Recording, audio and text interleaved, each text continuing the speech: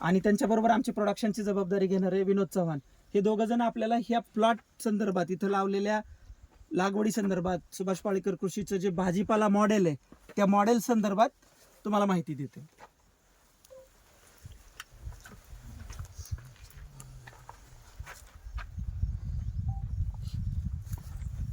नमस्कार, माझं नाव राहुल हनुमंत गावडे, गाव गोकुळी, तालुका फलटण, जिल्हा सातारा.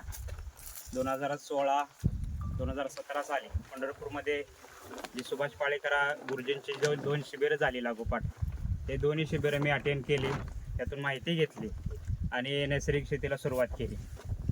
सुरुवात ग्रुपची 2018 साली झाली आणि अगोदर सुरुवातीला विक्रीला संधी नव्हती, पण 2018 पासून विक्रीला संधी निर्माण झाली.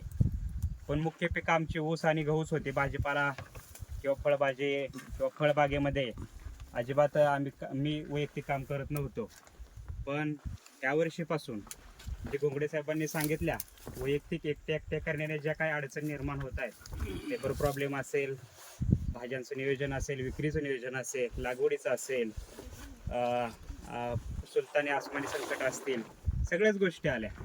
तर त्या गोष्टींवर मात करण्यासाठी आम्ही जे काही जानेवारीपासून गेल्या 6 महिन्यापासून चर्चा आणि जे काही कार्य राबवत आहे, त्याचा रिझल्ट आज ह्या शेतीमध्ये आज आम्हाला दाखवायचा होता.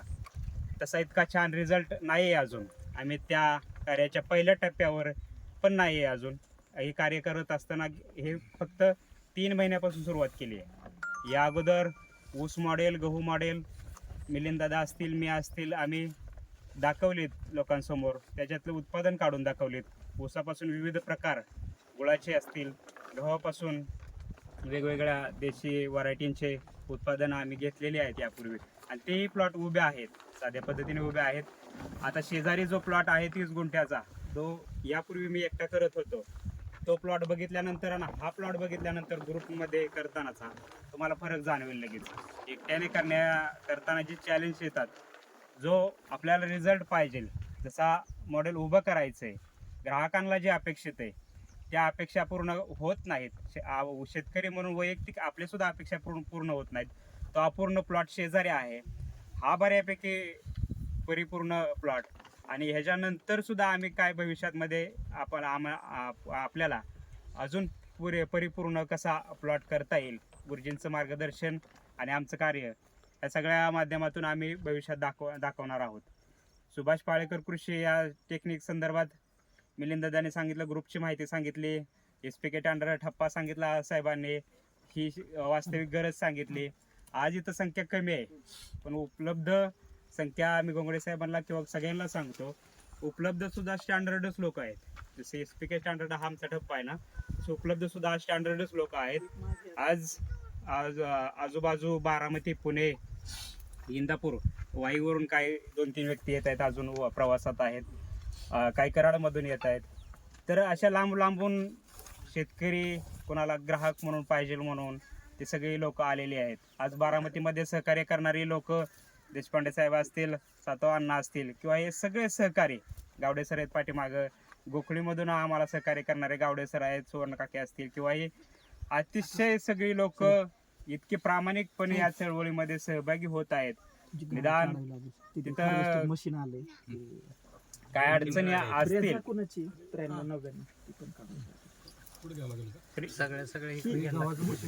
आतमध्ये यायचं रोड आहे ना, मिलिंदची गाडी लावलेली आतमध्ये यायच्या रोडला, त्याला पुढं गाडी असल्यामुळे गाडी शिकडं जाणार.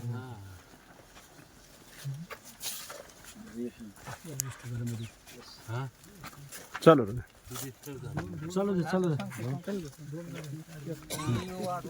पावसाच्या भीतीने गहू काढणारे गावात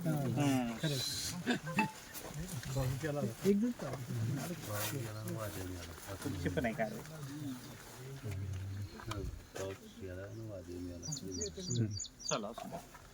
तर हे राबवायची संकल्पना आणि ग्रुपचं कार्य हे तुम्हाला दाखवायचं, त्यासाठी शिवारपेरीचे बरेचसे मुद्दे आहेत. त्यामध्ये शेतकऱ्यांना सुद्धा एकमेकाच्या शेतावर काय चाललंय किंवा ते शेतकरी काय करतात, आपण काय करतोय, आपल्याकडे काय उणीव आहेत का, किंवा आपल्याकडे काय प्लस आहे का, ते त्यांना आपण देऊ शकू. किंवा त्या ज्या शेतकऱ्याकडे शिवार पेरी आहे, त्याच्याकडे काय उणीव आहेत का, त्याच्याकडे काय प्लस आहेत का, ते आपण घेऊ शकू ह्यासाठी ही शिवार पेरी. दुसरी गोष्ट, ग्राहकांना जो आम्ही शेतमाल देतोय तो आमच्या शेतातला आहे का, शेजाऱ्याचा आहे का, पाहुण्याचा आहे, रावळ्याचा आहे का, बाजारातून आणून देतोय, किंवा जो शेतमाल आहे आमच्या शेतामध्ये तो खरोखर नॅचरल आहे का, त्यांना सांगितल्याप्रमाणे त्या टेक्निकने आम्ही फॉलो करतोय का, लागवडी झाल्यात का. पण इथं जो माल द्यायचा आहे तो इथं उपलब्ध आहे का, यासाठी एक शिवार पेरी. दुसरी गोष्ट अशी, ही टेक्निक कशी राबवायची शेतकऱ्यांसाठी ही एक शिवार फेरी आहे. ती राबवायची कशी, आणि जे रासायनिक शेती करतात पण नॅचरलमध्ये यायचं आहे त्यांना मार्ग सापडणार. ऑर्गॅनिक पण म्हणते, कोण सेंद्रिय म्हणते, कोण काय म्हणतंय. आता ऑर्गॅनिकमध्ये भरपूर कंपन्या आहेत, त्या सुद्धा जंपलिंग करतायत, त्यामध्ये कोणाची लूट होते शेतकऱ्यांची, कोण बरडलं जाते, ह्या सगळ्या गोष्टी. आणि SPK टेक्निक आज चांगलं लोक जाणीवपूर्वक त्याने बघत नाहीत. चौकामध्ये एखाद्या वेगळाच बोर्ड लावला त्याला तमाशाचा किंवा एखाद्या हायलाईट एखाद्या गोष्टीचा, तर ते लोक वळून वळून बघतात. पण चांगल्या एखाद्या गोष्टीचा लावला, शिवार फेरी असेल, सप्तांचे बोर्ड असतील किंवा अजून काय धार्मिक कार्यक्रमांचे, सामाजिक कार्याचं बोर्ड असेल, तर कोणी बघत नाही, त्याला बारकाईने पाहत नाही. आम्ही प्रत्येकाला 1 to 1 मेसेज केले, पर्सनली ग्रुपवर टाकले, लोक माहिती पाहत नाही. ते स्टेटस सुद्धा आमच्या तशा प्रकारचे असतात म्हणून लोक तिकडं सुद्धा जास्त बारकाईने डोळं उघडून बघत नाही ते. आणि आता गावातली संख्या इथं मर्यादितच आहे, 5-10 लोकच गावातले आहेत, ते बघण्यासाठी येत आलेले आहेत. बघितलं तर 4000 लोकसंख्येचं गाव, पण 4 लोक सुद्धा पिकवणारे आणि घेणारे निर्माण होत नाहीत गावामध्ये. ही मोठी शोकांतिका आहे. पण आम्ही या चळवळीत टिकून राहण्याचा एक ध्यास घेतलेला आहे. मुळात तर शेतीला या व्यवस्थेने, समाजाने आणि सगळ्या दृष्टिकोनातून 3ऱ्या टप्प्यावर ठेवलेलं आहे. जी शेती 1 नंबरला होती ती आज 3ऱ्या टप्प्यावर नेऊन ठेवलेली आहे. इथं काही पिकवा, सोनं पिकवा, ज्या पोटात घालायच्या गोष्टीत ना त्याला लोक व्हॅल्यू देणार नाही ती, आणि त्याचं मोलही ते करणार नाही ती. पण ती गरजेची गोष्ट आहे, आज तिलाही महत्वाची गोष्ट आहे, व्हायला लागली. पण 150 कोटी लोकसंख्येतनं माझ्या माहितीनं 0.1 सुद्धा लोक त्याकडे व्हॅल्यू देत नाहीत, किंवा लोक आकर्षले जात नाहीत, किंवा गांभीर्याने घेत नाहीत, किंवा त्या गोष्टीचा मनात सुद्धा विचार करत नाहीत. घेणं, लागवड करणं, ग्राहक होणं, त्याचा सहभागी होणं हा नंतरचा विषय आहे. पण ते लोक तेवढं सुद्धा करत नाहीत. म्हणून आज उणीव ही कायमच राहणार आहे, आणि फार पूर्वीपासून उणीव आलेलीच आहे.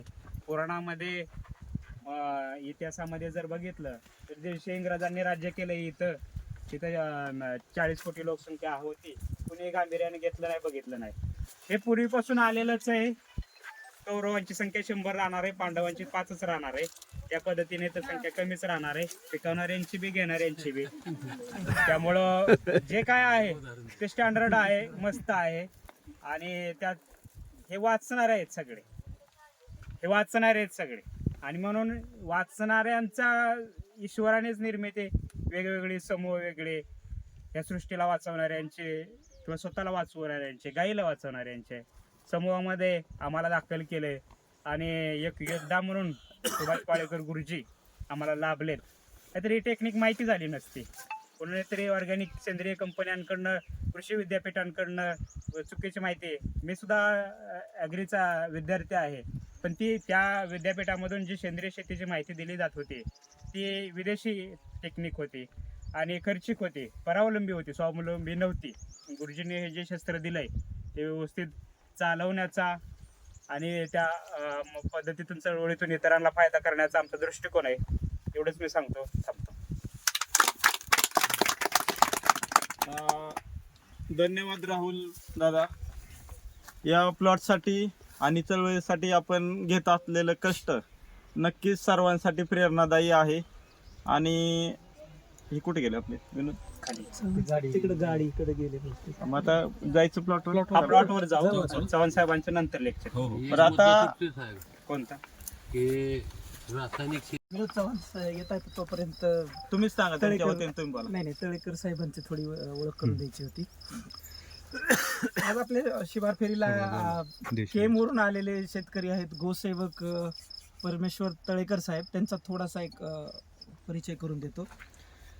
तळेकर साहेब 2015 पासून गोसेवेमध्ये आणि गाईच्या शेण गोमूत्रापासून विविध प्रोडक्ट्स बनवण्यामध्ये काम करत आहेत. सो त्या प्रोडक्ट्समध्ये दंतमंजन आहे, डोळ्यात टाकायचा ड्रॉप आहे, नाकात टाकायचा ड्रॉप, कानाचे ड्रॉप, फेस पॅक आहे, बरेचसे प्रॉडक्ट्स आहेत. आणि हे सगळे प्रॉडक्ट तुम्ही गाईच्या शेणगोमूत्रापासून बनवलेले असल्यामुळे आपल्या शरीरासाठी ते खूप चांगलेले आहेत, खूप चांगले आहेत. त्याचे खूप आश्चर्यकारक रिझल्ट्स लोकांना आलेले आहेत. मला स्वतःला आलेला एक मी अनुभव सांगेन, पण एक 2 मिनिटं त्यांची थोडीशी पार्श्वभूमी सांगतो जी त्यांनी स्वतः सांगितलेली आहे आम्हाला. ते पण असेच शेतकरी संघटनेचे खूप दलालीचे कार्यकर्ते होते. शरद जोशी साहेबांबरोबर काम केलेले कार्यकर्ते होते. सरकारबरोबर खूप भांडले, खूप लढले. शेवटी त्यांनाही लक्षात आलं की कितीही लढलो आणि कितीही भांडलं तरी आपण संपून जाऊ, पण हे सरकार बदलणार नाही ना त्यांची वृत्ती बदलणार आहे. सो त्यांनी तो मार्ग सोडून दिला, स्वतः बघायची मार्ग पत्करला आणि आज ते खूप चांगल्या आर्थिक परिस्थितीत आहेत. त्यांची स्वतःची आर्थिक परिस्थिती खूप वाईट होती ज्यावेळेस त्यांनी तो मार्ग सोडून इकडे यायचं ठरवलं आणि आज त्यांची आर्थिक परिस्थिती खूप चांगली आहे. 10 वर्षात जर हा बदल होऊ शकतो तर प्रत्येकाच्या आयुष्यात हा बदल होऊ शकतो, जर त्यांच्या आयुष्यात होऊ शकतो. शेवटी आपण स्वतः ठरवलेलं पाहिजे की आपल्याला त्या व्यवस्थेबरोबर किती भांडत राहायचं आणि कुठपर्यंत हक्क मागत राहायचे. तर त्यांचा आलेला एक छोटासा अनुभव मला सांगतो. म्हणजे मी स्वतः खरंच घाबरलो होतो त्यावेळेस. एक फलटणचे शेतकरी कुटुंबातले असंच एक व्यक्ती होता. मुलगा त्यांचा कोरोना काळात खूप मोबाईल बघत इतका त्या मोबाईलच्या आहारात गेला की म्हणजे त्याचा मेंदूचा कंट्रोल सुटला आणि त्याच्या शरीरात म्हणजे डोळे, कान, नाक हे एक प्रकारे हे झालं. डॉक्टरने ऑपरेशन करायचा सल्ला दिला. मेंदूचा कंट्रोल सुटला बॉडीवरचा. अशा कंडिशनमध्ये ते होतं आणि ऑपरेशन केलं तरी कुठलेच डॉक्टर गॅरंटी देत नव्हते की ह्या केसमध्ये तो बरा होईल.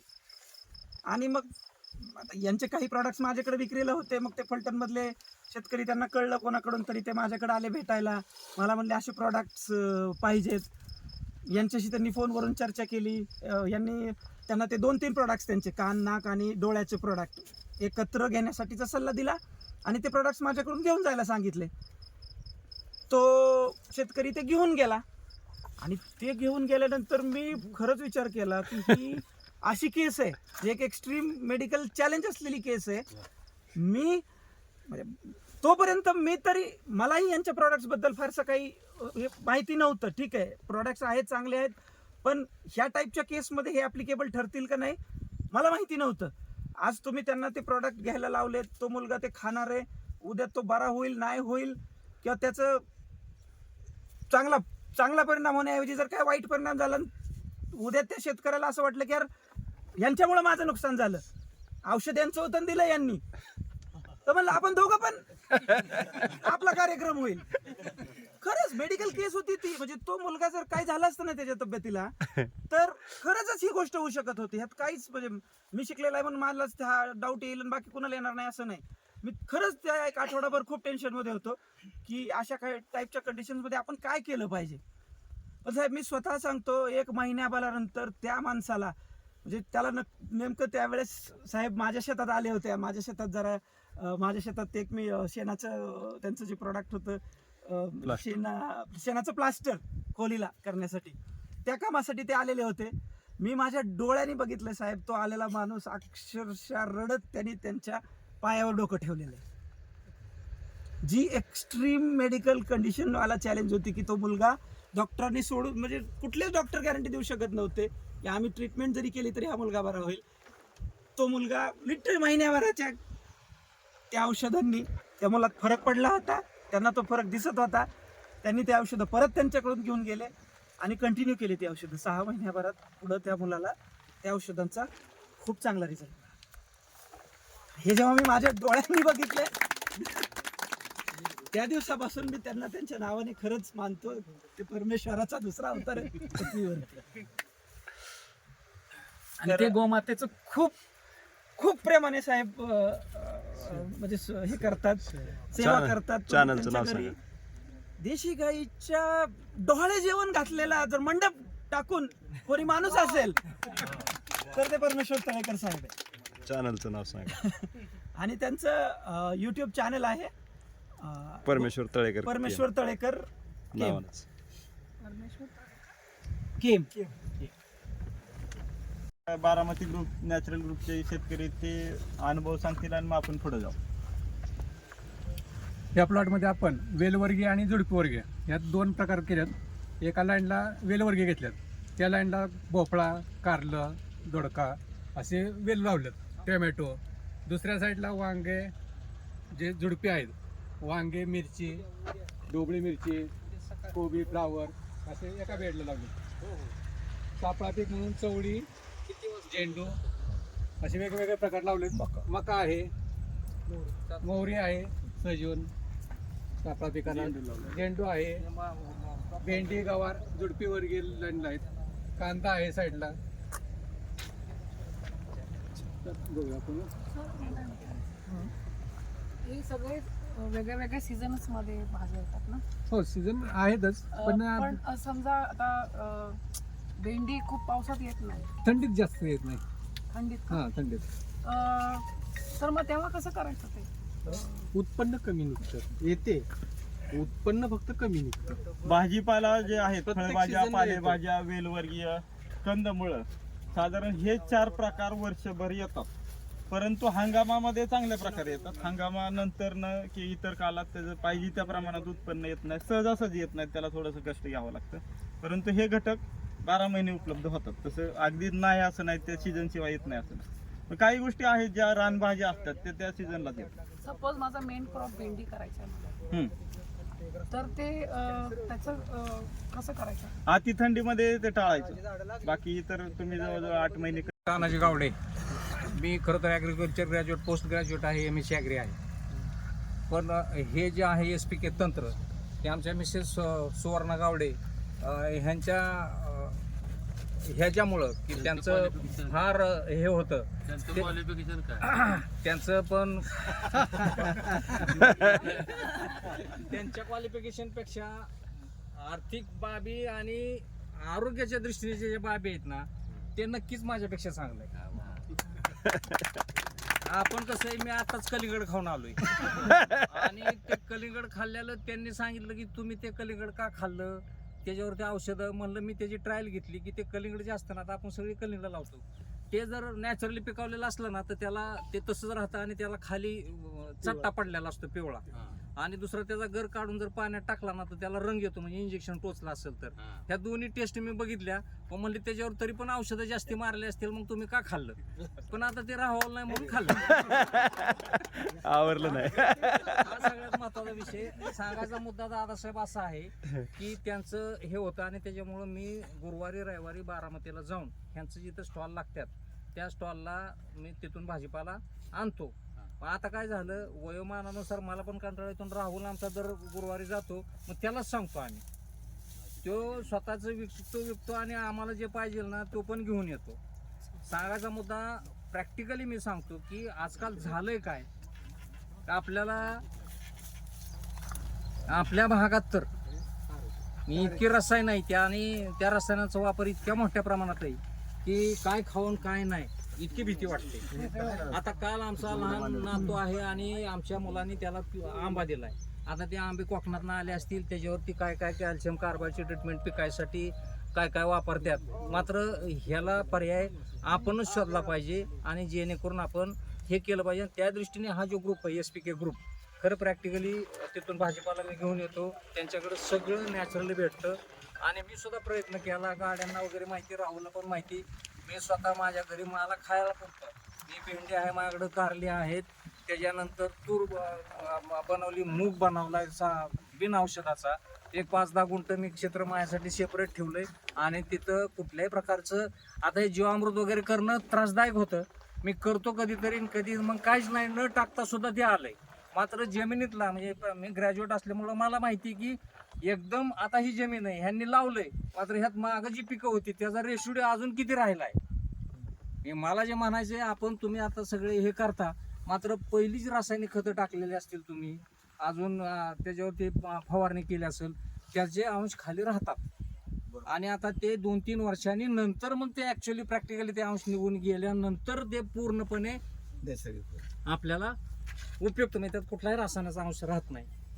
अशा प्रकारचं आता आम्ही आमच्या ह्या शेतात आपल्या आम्ही ह्या भागातले इथं आपण हे ऊस हे सगळी पिकं ह्यासाठी वापरलेलं असतं रासायनिक खतं, की ज्याचा रेशोडिओ 2-2, 3-3 वर्ष राहू शकतो. किंवा 2,4-D सारखं तणनाशक वापरलेलं असतं, ते तर इतकं भयानक आहे की ते 6-6 महिने त्याचा रेशोडिओच जात नाही. मी एक अनुभव सांगतो की एक जणांनी मोकळ्या रानात तण उगवतं म्हणून मारलं त्या तणासाठी हे मारलं औषध आणि त्याच्यानंतर त्यात 18 ड्रॉप मारलं आणि त्यानंतर 2-3 महिने पावसाळ्यात मारलं ना आपण नोव्हेंबर ऑक्टोबरमध्ये गहू लावतो. त्यांनी तो गहू लावला आणि गहू जळायला लागला. आता 3 महिने झाले होते औषध मारून आणि मला म्हणलं असं का होतंय. मग त्याची हिस्ट्री बघत गेल्यावर बोंगळे सर आमचे आणि मग त्यांनी सांगितलं की ह्याला असं 18 ड्रॉप 3 महिन्यापूर्वी मारलं होतं. मी असे रिझल्ट आपल्याला माहीत नसतात.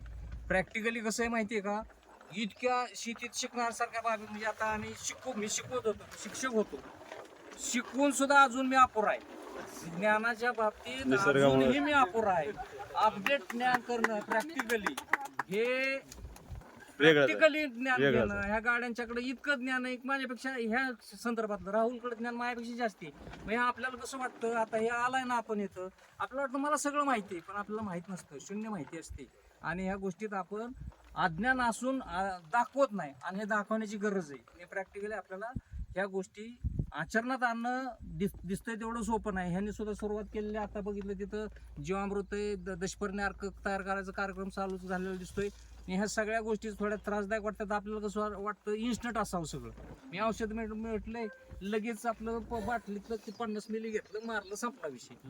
इथं हे सगळे 10 ह्याच्या पाला गोळा करा ते कुठवा त्याचा वापर करायचा. मला असं वाटतं बरं का आपला जो ग्रुप आहे ना प्रसाद शेठ की तुम्ही कमर्शियल बेसिसवर तयार करा आम्ही घेऊ. हे प्रॅक्टिकली हे करताना मला जो अनुभव येतो ते मी सांगतो. मी करतो, मी केला पण ते तात्पुरतं होतं आणि परतच्या पिकाला ते तसंच सोडून देतोय. तुम्ही जर कमर्शियल बेसिसवर हे दशपर्णी अर्क आणि जीवामृत जर तयार केलं ना तर आपले 4-2 शेतकरी कोणा आम्ही तिथून खरेदी करू आणि त्याचा वापर आमच्या शेतात करू. हे खरं मला वाटतंय. नक्कीच करायचा प्रयत्न करतो पण सगळं सहज शक्य होत नाही. नक्कीच ते नक्कीच त्रासदायक वाटतं. ते दररोज हलवायचं मग गाड्याने हलवलंय का नाही आपल्याला साहेब आम्ही 5 जण जसे आहेत होतो हा. तसेच तुम्ही आता आहात. आहेत की तुम्ही 6वे व्हा, सोपं सोल्युशन आहे. आहे मेंबर व्हा त्यांचे. सिंपल. मेंबर आहे आमची एकच बायको solution. तुमच्या ग्रुपवर तुम्हाला माहिती आहे सगळ्या गोष्टी. तो मेंबर नाही. हे 6वा करताना जबाबदारी घ्या. एक जबाबदारी घ्या. त्याला माझ्याकडे अनेक जबाबदाऱ्या असल्यामुळे मी पळवाट आपण क्लिअर केला त्यांनी. बऱ्याच जबाबदाऱ्या असल्यामुळं मग त्यातनं सोल्युशन काढायसाठी म्हणून मी हे केलंय. नाहीतर करणारच आहे आणि स्वतः करतो पण आणि वापरतो पण. सगळ्यांनी आपण इथं आलाय गोकळी परिसरात आलाय म्हणून गोकळीचा नागरिक म्हणून माझं कर्तव्य आपल्या सगळ्यांचं स्वागत करणं. आपण आलात त्याबद्दल तुमचं स्वागत पण करतो, धन्यवाद देतो आणि ती गुरुजींची PDF फाईल आहे मॅडम, ती देतो शेअर. आता प्रसाद दादांनी फाईल वाचून परमेश्वर काकांचा एक अनुभव सांगितला गायींचा. तर तो अनुभव मी पण अनुभवलेला आहे गाईच्या दुधाचा. मी ज्यावेळेस आयुर्वेदिक औषध घेत होते म्हणजे पुण्याला, शेवटी मला औषधाचं काय तेव्हा डॉक्टरांनी सांगितलं एकच पर्याय आहे, गाईचं दूध घ्या तुम्ही बरं होईल. तर शेवटचा पर्याय त्यांनी मला सुचवला होता ना आज मी तुमच्या समोर आहे. मी त्यानंतर काय औषध घेतलं नाही, गाईचं दूध घेतलं 1 कप, मी बरी झाली. दुसरा म्हणजे इथं बसलेल्या लोकांचाच अनुभव आहे. मी तेच सांगणार आहेत की तुमचं खाऊन पिऊन काय झालं. माझ्या मुलाचं लग्न होतं, लग्न म्हणल्यावर किती धावपळ असती. राहुलचा उसाचा रस 1 महिना आणि वरण भात आम्ही 2 महिने राहून सगळं लग्न पार पाडलं. कमी आहार घेतल्यानंतर कुठलं दुखणं नाही, आजार नाही. अरे वा. मला डेंगू झाला तेव्हा प्रसाद दादाची माझं एज बी कमी झालं. प्रसाद दादाच्या रानात मी आली होती, तिथं बघितलं मी. प्रसाद दादांना फोन केलं. खरं तर त्यांनी मला बारामतीत काय अंजीर सापडलेले डाळे म्हणून दिलं. त्यानंतर मी HB टेस्ट केलं, वाढलं होतं माझा. ती काय डेंगू बरा झाला. आम्ही गोळवेलने बरा केला आणि मी स्वतःची काय तिथं आमच्या घरी भाजीपाला केला ना ते नैसर्गिक आहे, नुसतं पाण्यावर पावसावर, त्याला काही औषध नाही पाणी नाही. पण मी करायचा प्रयत्न करते, प्रत्येकाचं ताट घरी तरी विषमुक्त करायचा प्रयत्न करते. लोकांची वाईट होती, सगळ्यांची भांडते तणते, आणलेल्या वस्तू टाकून देते. एवढं सगळं म्हणजे मी जसं पुण्याला गेले ना, मी आयुर्वेद हे झालं म्हणजे मी कुठली लस घेतली ना डेंगूची ना स्वाईन फ्लूची आणि कुठला तुमचा करोना बिरोना काही नाही. मी करोनात फिरत सगळं होते, लग्नाला बिग्नाला सगळं जायचं. म्हणजे मी न खाता पिता माझं प्रतिकार क्षमता चांगली होती आणि माझी स्वतःची जिद्द होती की मी हे जे काय खाते अन्न त्या लोकांना काही म्हणजे मला काय चालतं उद्या ह्यांना काय होऊ नये म्हणजे ते एक विश्वास होता माझ्याकडं. माझा गॉडफादर श्री स्वामी समर्थ 29 श्रद्धास्थान म्हणून म्हणजे त्यांचं पण म्हणजे मी ईश्वराला पण मानते. म्हणजे काय असं आपल्याला कोणाचं तरी प्रयत्नांना यश यावं म्हणून. आणि त्या सरांची पण खूप मदत झाली. त्यांच्याकडे जाऊन मी सेंद्रिय वस्तू आणल्या. ते पण माझ्या घरी आले. सराफांचा बारामती सराफांचं पण काय आहे तिथं पण मी गेलेले. मी बऱ्याच ठिकाणी त्यांच्यामुळे गेलेले. एवढंच काय ते म्हणतो ते परदेशात तुम्ही चालाल, तुमचं मॉडेल दाखवा. आमचं आयुर्वेदचं पेशंट किती दष्टपुष्ट आहे. ना मी कुठलं इंजेक्शन घेतलं, ना कुठली गोळी, ना कुठले औषध. आणि माझं रेग्युलर सगळं काम करते. कुणी मला सांगितलं ना आता आजूच्या पोळ्या करते, अजून यापेक्षा मी जास्त काही सांगत नाही. आणि राहुलचं मला नेहमी सहकार्य मिळालं की त्याच्या उसाचा रस पिऊन सुद्धा मी एक दिवस न खाता पिता राहू शकते. पण ते चांगलं लागतंय मला, औषधाचं चालत नाही. म्हणजे जे काय आहे ते नॅचरल नैसर्गिक मी खाऊ शकते. माझं तांदूळ बिगर पॉलिशचं असतंय, माझी डाळ बिगर पॉलिशची असतंय, माझं तेल शेंगदाण्याचं घाण्यावरचं असतंय, माझं खोबरेल तेल नॅचरल असतंय. सगळंच मी नॅचरल वस्तू वापर. आणि मग तुमच्या सगळ्यांच्या समोर आहे मी औषध न गोळी न खाता कुठलाही आजार बरं करते. म्हणजे गाईला सुद्धा मी महत्त्व देते. इतकंच. धन्यवाद. बरं, हे आमचे 5वे जोडीदार शंकर गाडे, ज्यांनी आमची विक्रीची जबाबदारी सगळी घेतलेली आहे. विक्री बरोबरच अजून एक फार महत्त्वाचं काम ते करतात, ते म्हणजे पोस्ट प्रोडक्शन मधलं प्रोसेसिंग. म्हणजे ज्या गोष्ट शेतमाल आमचा बनतो, विक्रीला जातो, पण ग्राहक न मिळाल्यामुळे तो विक्री होत नाही, किंवा आमचं प्रोडक्शन जास्त झालेलं आहे, तेवढी विक्री झालेली नाही, तो शेतमाल शिल्लक राहिलेला आहे. त्या शेतमालाचं काय करायचं? तर मग त्या शेतमालावरती हे त्यांच्या घरी काम करतात. त्याच्या आपण वेगवेगळ्या प्रकारच्या पावडर बनवतोय. सो आज ते इथं घेऊन आलेले आहेत, आपल्याला सॅम्पल दाखवतील.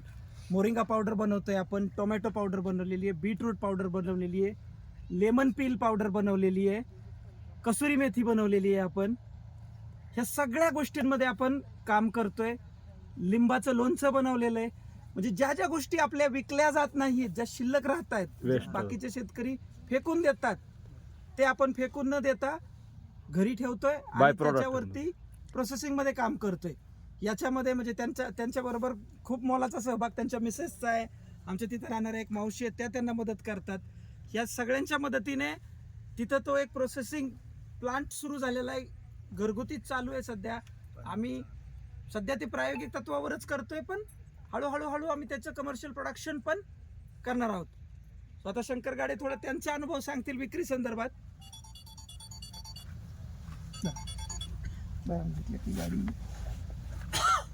नमस्ते. आता सगळी ओळख तर ह्यांनी करून दिली. बरंचसं मला सांगायचं होतं ते ह्यांनी सांगून ठेवलं. आता सांगण्यासारखं काय ठेवलं नाही. तरी पण विक्री करताना बऱ्याच अडचणी असतात. गाडी लावणे, कुठे काय अशा बऱ्याच अडचणीवरती आपण मात करतो. त्या विक्री करत असताना ग्राहकांचे अनेक प्रश्न असतात. जे प्रश्न त्याला खूप अभ्यास करावा लागतो किंवा खूप विचार करावा लागतो. त्यातले काय असा एक प्रश्न विचारला होता की बाबा त्यानं हे झाडं आपलं स्वतःचं फळ कसं तयार करतात. ते प्रश्न आला तर ते नवीनच होता. वाचलं. आता माझं काय एवढं शिक्षण नाही, पण ते मी बघितलं. तर काय होतं ते झाड हे स्वतःचे अन्न स्वतः तयार करतं. हे आपल्याला 4वी 10वी पर्यंत झालेलंच आहे. ते अन्न कसं तयार करतं तर हे सूर्यप्रकाशापासून सगळ्यात जास्त अन्न तयार करतं. आणि जमिनीतून फक्त 1.5% घेतात, ते जास्त घेत नाही. आणि त्या 1.5% सगळे शेतकरी काय करतात, आण युरिया टाक, आण सुपला टाक, काय टाकायचं ते टाकते, पण ते काय ते 1.5% जास्त घेत नाही. आणि बाकी सगळं शरीर झाडांचं ते हवा, पाणी, सूर्यप्रकाश ह्याच्यापासून तयार झालेलं असतं. ते काय करतं, झाड मुळीद्वारे पाणी घेतं जे पावसाचं आलेलं असतं, आणि हवेतील कार्बन डायऑक्साईड घेतं. ह्याची त्याच्या शरीरामध्ये रासायनिक अभिक्रिया होऊन एक प्रकारची शुगर तयार होते आणि ऑक्सिजन बाहेर सोडला जातो. म्हणजे पाण्यातलं हायड्रोजन घेतं आणि कार्बन घेतं. या दोनाचं कार्बोहायड्रेट तयार होतात. आणि ते मग असं त्यांना ते मी 1-2 दिवसांनी उत्तर दिलं, बाबा त्यांना असं असं हे झाड तयार बरोबर आहे म्हणलं. आता हे बरेच अनुभव येतात विक्री बाबा.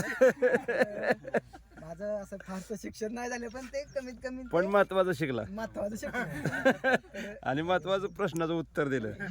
पोस्ट प्रोडक्शनच्या प्रोसेस मध्ये सांगा थोडंसं वाटतं. म्हणजे टोमॅटो मध्ये काय काय आता हे बऱ्याच वेळा शिल्लक माल सुरुवातीला राहत होता. खालचा प्रेशर, ह्यांचा प्रेशर किंवा ह्याच्यानं हे विक्रीचं कुठंतरी बघा विक्रीचं.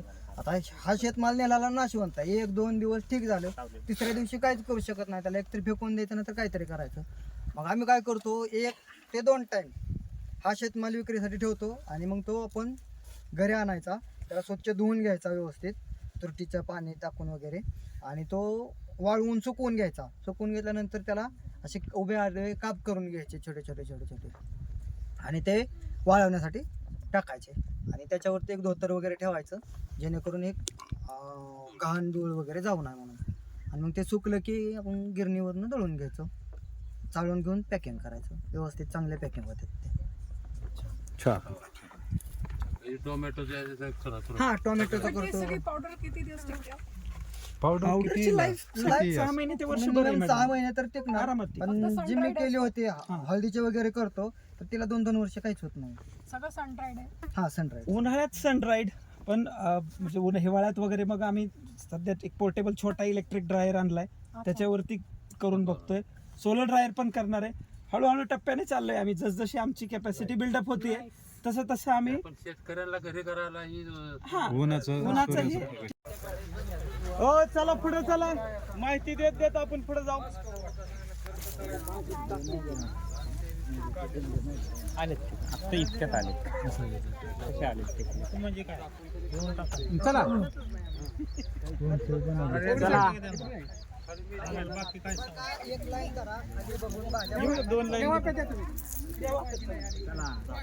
शेतकरी म्हणून ज्याला प्रामुख्याने माहिती पाहिजे ते पुढे या. चला हो चला सगळ्यांनी पुढे ऐकायला, बघायला, माहिती विचारायला या पुढे.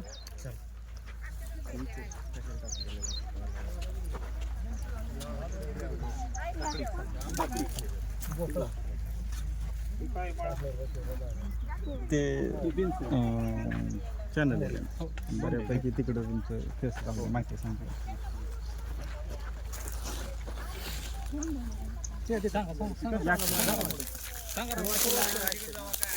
सुरुवातीला आम्ही पूर्व मशागत करून घेतली.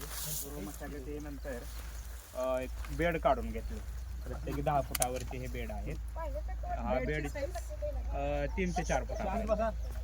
सुरुवातीला 4 फूट होती आणि त्याच्यावरती अर्चना घन जीवामृत टाकलं आणि ते पूर्ण मिसळून घेतलं मातीमध्ये. मिसळल्यानंतर त्याच्यावरती 5 टाच मल्चिंग केलं. ते आमच्या शेतातलं दुसऱ्या शेतातलं काय पाचट होतं, काही शेजारच्या शेतातलं पाचट होतं, ते सगळं 5 टाच आम्ही मल्चिंग हातरून घेतलं. त्याच्यानंतर जे काही बिया लावायच्या होत्या, रोपं लावायची होती, ते ठराविक अंतरावरती आम्ही लावून घेतली. ते करत असताना हे ताराचं स्ट्रक्चर त्याच्यातच झालं. लागवडीपूर्वीच झालं हे सगळं. त्या ताराचं स्ट्रक्चर अशासाठी केलंय, त्याच्यावरती आपण वेल चढवणार आहोत. आणि ज्या वेली इथं मोकळ्या वाफ्यामध्ये टाकलेल्या पालेभाज्यांना सावली म्हणून बी काम करतील आणि वेली वाढतील बी वरती, जेणेकरून फळांचं आपल्याला हार्वेस्टिंग व्यवस्थित करता येईल. तर अशा पद्धतीनं आम्ही एकाडे एक बेडवरती एकाडे एक वेलवर घेतले आणि एका बेडवरती फळभाजी घेतली. आणि पालेभाज्या मधोमध टाकतोय आपण, ज्या मातीवरती आहेत त्या व्यवस्थित हार्वेस्टिंग करता येतील 1 टाइम, आणि नंतर त्याची परत लागवड करता येईल. बेडच्या दोन्ही बाजूला जे काय कांदापात असेल, वाटाणा असेल, भेंडी असेल, मोहरी हे आपण कीटकांसाठी म्हणून घेतलेलं आहे, सापळा घेतलेला आहे. त्याच्याबरोबर बीट आहे, मोहरी किती झेंडू आहे. मोहरी सगळ्या 3 लाईनला मोहरी आहे. अख्ख्या एकरभरामध्ये मोहरी एका बाजूला आहे. दोन्ही बाजूला थोडे थोडे प्रमाणात घेतली तरी चालते. सापळा मिक्स जास्त जागे असले तरी चालते. 4 फुटापर्यंत 5 फुटापर्यंत असावं. एक 10 फुटावरती झेंडूचं आहे, प्रत्येक 10 फुटावरती. ज्या फळभाजीचा बेड आहे त्याला वांगे, मिरची, कोबी, फ्लावर, आणि वेलाच्या बाजूला काकडी, टोमॅटो, दोडका आहे, कारला आहे, भोपळा आहे, बीन्स आहे, अशा प्रकारचे आहेत. मका सगळीकडेच आहे. मका सापळा पीक म्हणून बी घेतला जातं आणि आपल्या खाण्यासाठी बी त्याचा उपयोग चांगल्या प्रकारे होतो. म्हणजे 10 फुटावर स्वीट कॉर्न आहे, साधी पण लावली वरच्या प्लॉटवरती. त्याची लांबी 250 फूट आहे, रुंदी 150 फूट आहे. हा 1 एकराचा प्लॉट आहे. तुम्ही तुमच्या सोयीनुसार आपापल्या शेतामध्ये लावू शकता.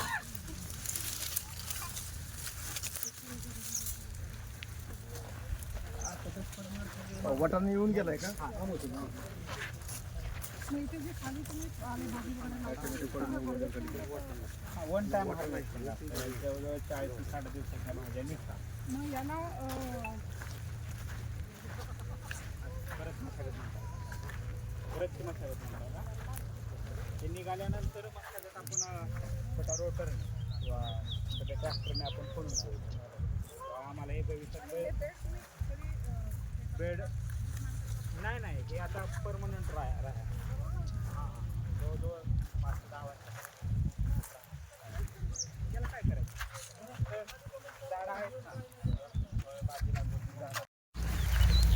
तर टप्प्याटप्प्यानं ह्या प्लॉटचं हार्वेस्टिंग चालू असते. पालेभाज्या 40 ते 60 दिवसात निघतात. त्यात निघाल्यानंतर छोट्या मॅन्युअली रोटरने किंवा छोट्या ट्रॅक्टरने त्याची परत फनपाळी करून मशागत करून घनजीवामृत टाकून नंतरच्या परत पालेभाज्या टाकू शकतो आपण. आणि आम्ही टाकतोय सुरुवात ती आता पाठीमागच्या निघाल्यात, त्या पलीकडच्या बाजूला आपण गेलो नाही, त्या निघाल्यात. आता नवीन टाकणी एवढ्या 2 दिवसात तिथं होणार आहे.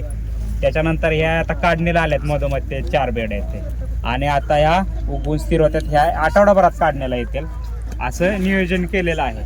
तर सातत्याने भाजीपाला पुरवत राहू किंवा गरज म्हणून त्याचं एक नियोजन केलेलं आहे. ते तुम्ही म्हटलं मल्चिंग केलंय, ते मल्चिंग केल्यावर लगेच करू शकतात का? लागवड का? हो, नक्कीच करू शकतो. मल्चिंग कशासाठी? लागवड करून सुद्धा मल्चिंग करू शकतो. वापसा कंडिशन कायम राहते. लागवड केलं मल्चिंग करणं वापसा अडचणीचं. कंडिशन आहे हे कसं? बी पाणी लावलेलं जास्त रोपं पण नाही लावलेलं. पाहिजे, कमी पण नाही पाहिजे. त्याला एक आधीच केलेलं बरोबर. सॉफ्ट ओलावा पाहिजे फक्त. चिखल बी नाही पाहिजे. आता हे कोरडं आहे ना? हा, ते कोरडं आहे पूर्णपणे. ते पलीकडं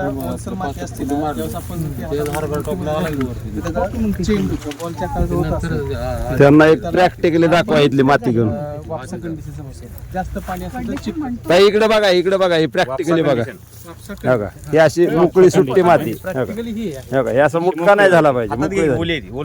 हा. ओलसर पण आहे, चिखल पण म्हणता येणार नाही, कोरडी पण मधली सिच्युएशन आहे, तिला वापसा कंडिशन म्हणा. आणि कंटिन्यू असेल तर ते उत्तम मुळ्यांची, पांढऱ्या मुळ्यांची वाढ वगैरे चांगली होते. जीवाणूंचं आता समजा माझ्या बेडवर ना खूप ढेकळ आहेत, म्हणजे कसं सुट्टा आहे ना. ते पण डेकळच होते. हा. पाणी दिल्यानंतर दिल्यानंतर ते विगरले, जाग्या विगरली परत ते. ह्या ठिकाणी पण ते- विगरण्याचं कारण रेन पाईपचा वापर आहे. म्हणजे पावसासारखं पाणी हे पडतं, रेन पाईप- ज्यावेळेस ढेकळावरती पाणी पडेल त्यावेळेस ढेकळ आपोआपच त्याचा ही पाईप आहे. जास्त जर डेकळा असेल तर त्याला कमी करा, जास्त पण उपयोगाचे नाही आहेत ते. जवळजवळ हा, जास्त जर मोठी ढेकळा असतील हा. कशी मग फक्त मातीचीच आहेत का, त्याला कोणत्या नाही, टोनाच्या माती मुळे आहे. याच्या त्याला मातीची आहेत.